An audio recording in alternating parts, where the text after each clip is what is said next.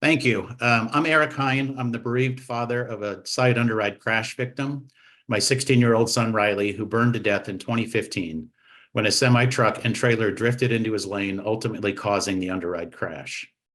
For 30 years, my career was a scientist with the U.S. Fish and Wildlife Service, where I regularly worked with large data sets and developed economic analyses to evaluate the potential impact of regulations established through rulemaking. This experience provides me with a unique skill set and mastery of the laws and regulation that govern a federal regulatory agency such as NHTSA. Today, I'll be presenting data and analyses that I've submitted to NHTSA and to regulations.gov on side underride guards and crashes.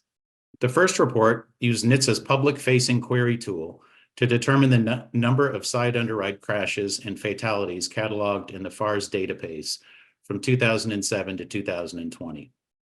FARS is the official crash record for fatal vehicle collisions throughout the United States. The purpose of this study was to use the fatal crash data cataloged in FARS to estimate the average annual number of side underride crashes and fatalities.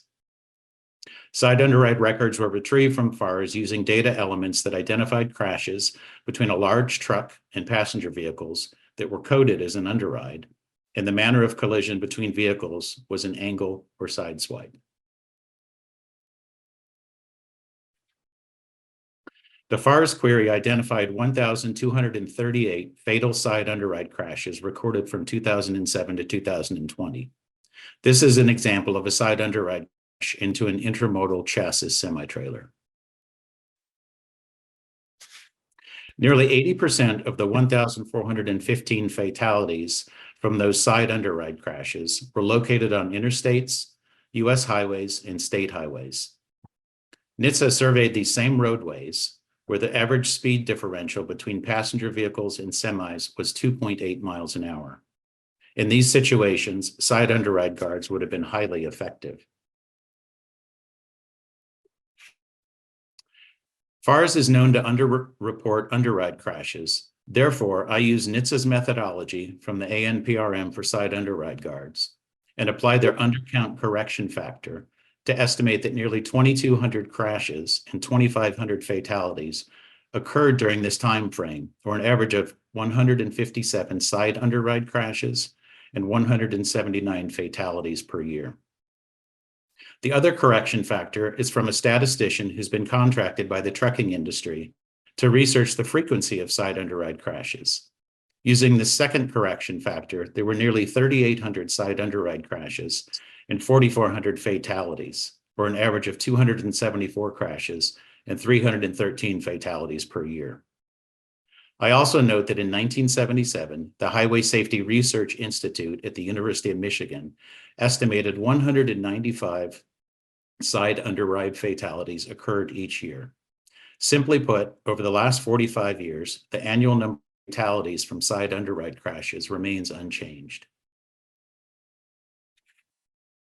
I estimated the annual baseline cost of serious injuries and fatalities from side underride crashes is between $4 and $5.9 billion. The Office of Management and Budget requires that baseline economic costs of federal rulemaking actions are measured. Unfortunately, NHTSA ignored this requirement in their ANPRM, concealing the annual societal cost of side crashes and fatalities.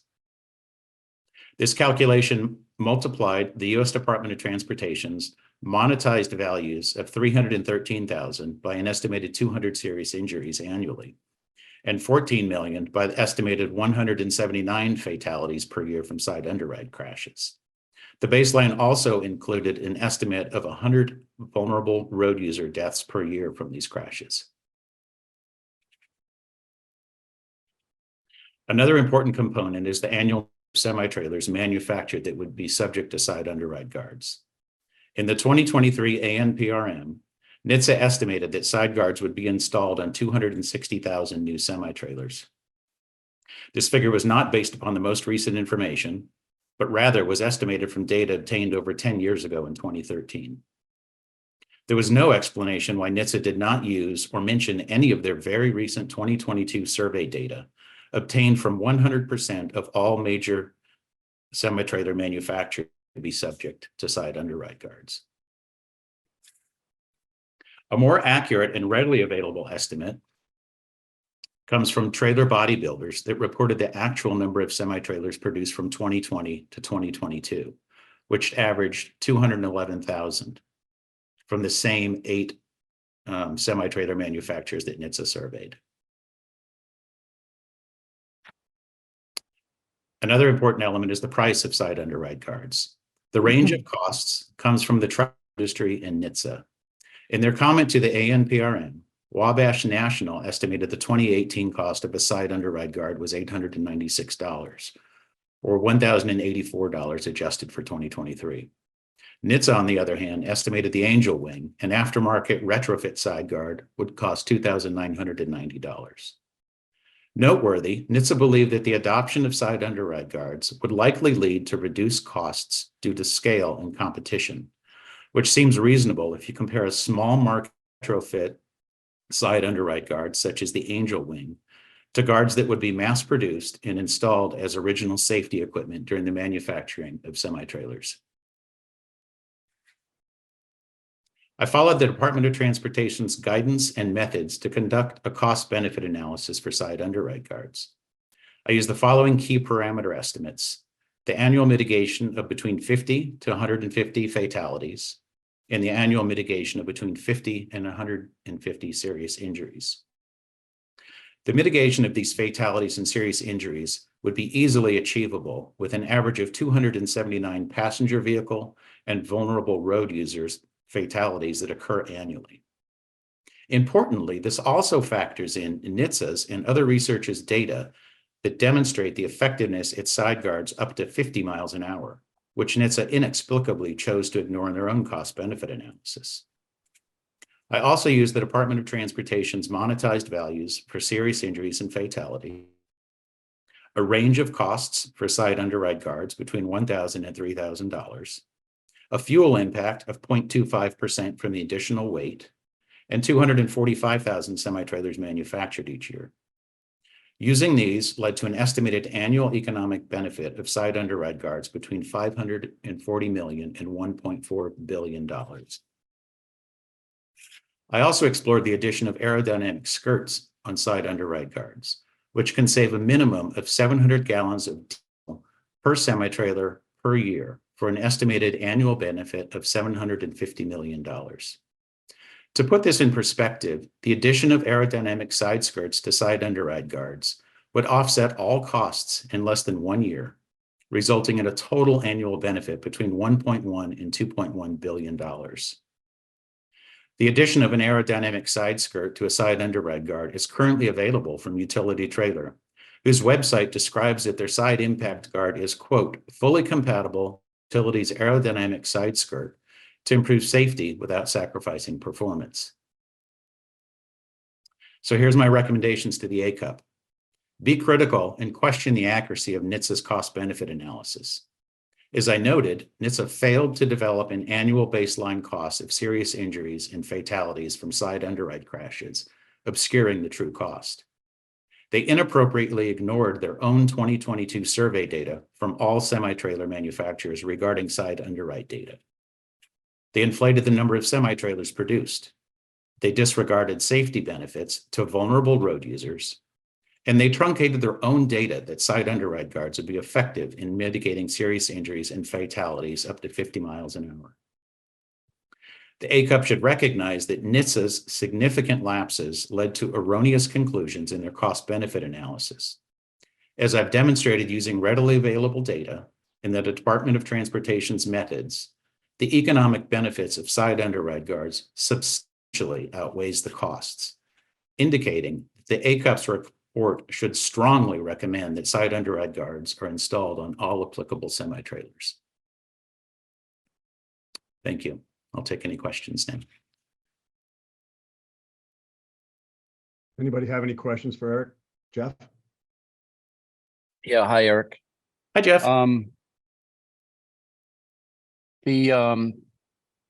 The testing that you were referring to, side underride guards, the tests that we've done IHS has done tests. We've done tests. The Stop Underrides groups, they've run a bunch of tests with, Aaron on the board here or on the committee here, et cetera. The effectiveness of the side guards has not been determined.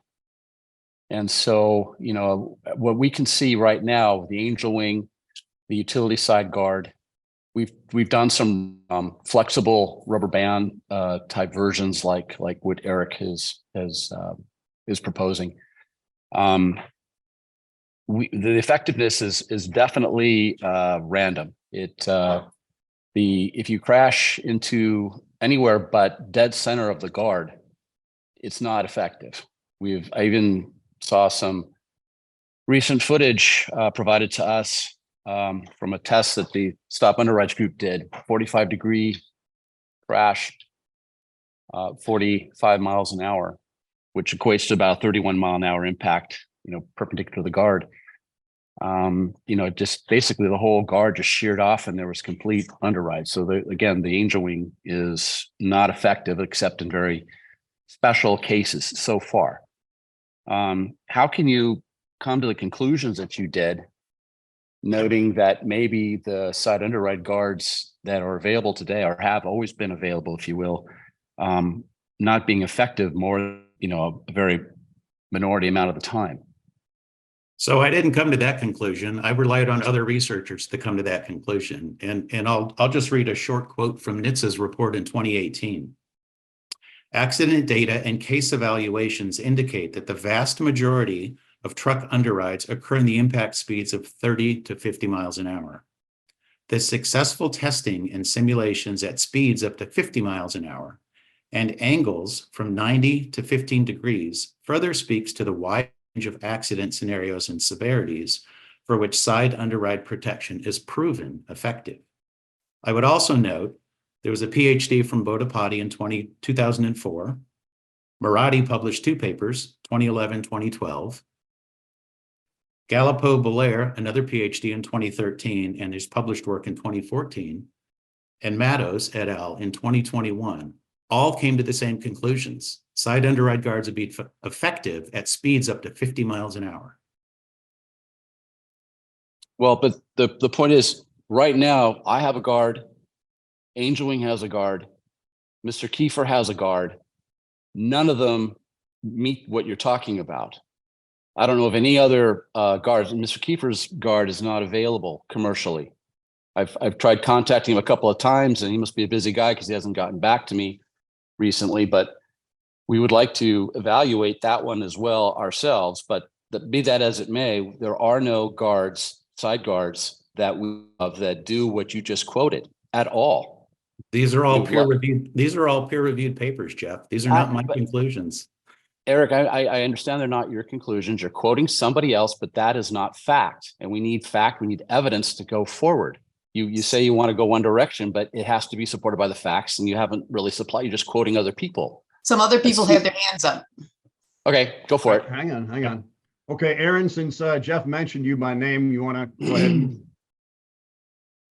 Yeah, I would just to interject that I must have missed the communication, Jeff, because I have not seen anything from you about wanting to do a joint or do any sort of testing and evaluation. But yeah, please reach out. Happy to talk to you about that. And I have tested the guard off to the rear section in the area that, Jeff, you're indicating has not been tested, kind of in front of the rear axles, but behind the area of the centroid and also behind the rear axles. I've done both of those tests. It's been successful at 35 miles per hour. And so I think that you're right in general. You misunderstood me, Aaron. I'm sorry, Aaron, you misunderstood me. I didn't say hasn't been done. I know that utility have done the test. And I know that from your deposition that the Angel Wing sheared off when crashed into it, a 45-degree. It wasn't at the rear. It was just off center towards the rear. It was still 100% overlap, but it completely sheared off. And we've got the videos and pictures that I can make a report and show to everybody. You've seen it and you've talked about it.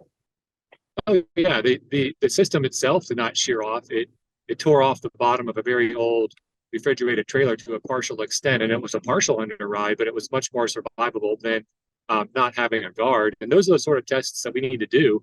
We need to push the envelope in every which direction, and that's what I'm in the process of doing. I think you are too, which is great.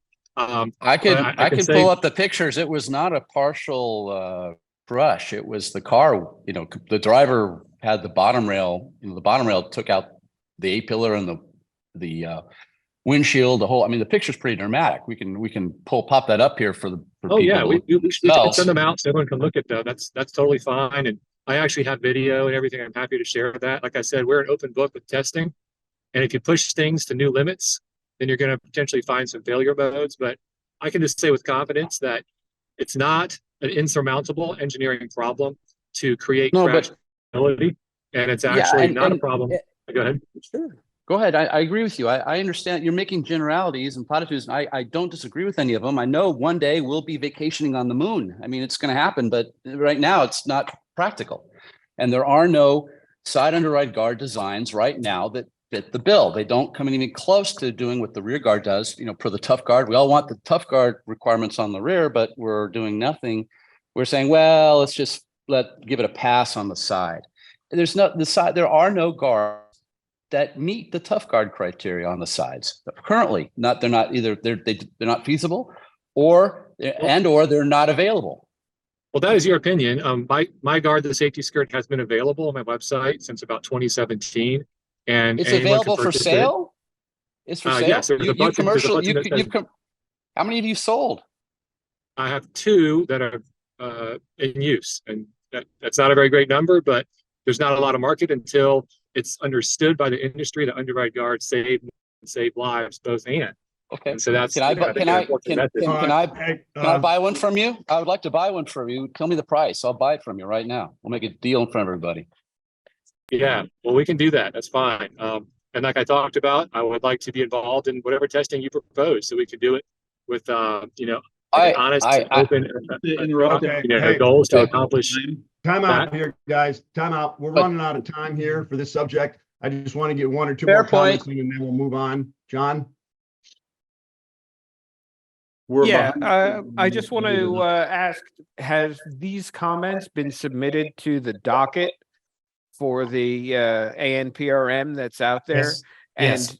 Okay. And do you have any indication from DOT that they are not going to consider these? We've heard nothing from DOT other than they're looking at everyone's comments. Right. Okay. So, I mean, this is an open rulemaking. It's being considered right now. That's correct. All I'm doing out where NHTSA did not use the best available information, in my expert opinion. Of course, they are entitled to their own opinion, but knowing that they were supposed to use the best information available, and what I presented today was I didn't believe that was the case in their cost benefit analysis. Thank you, Mr. Hein.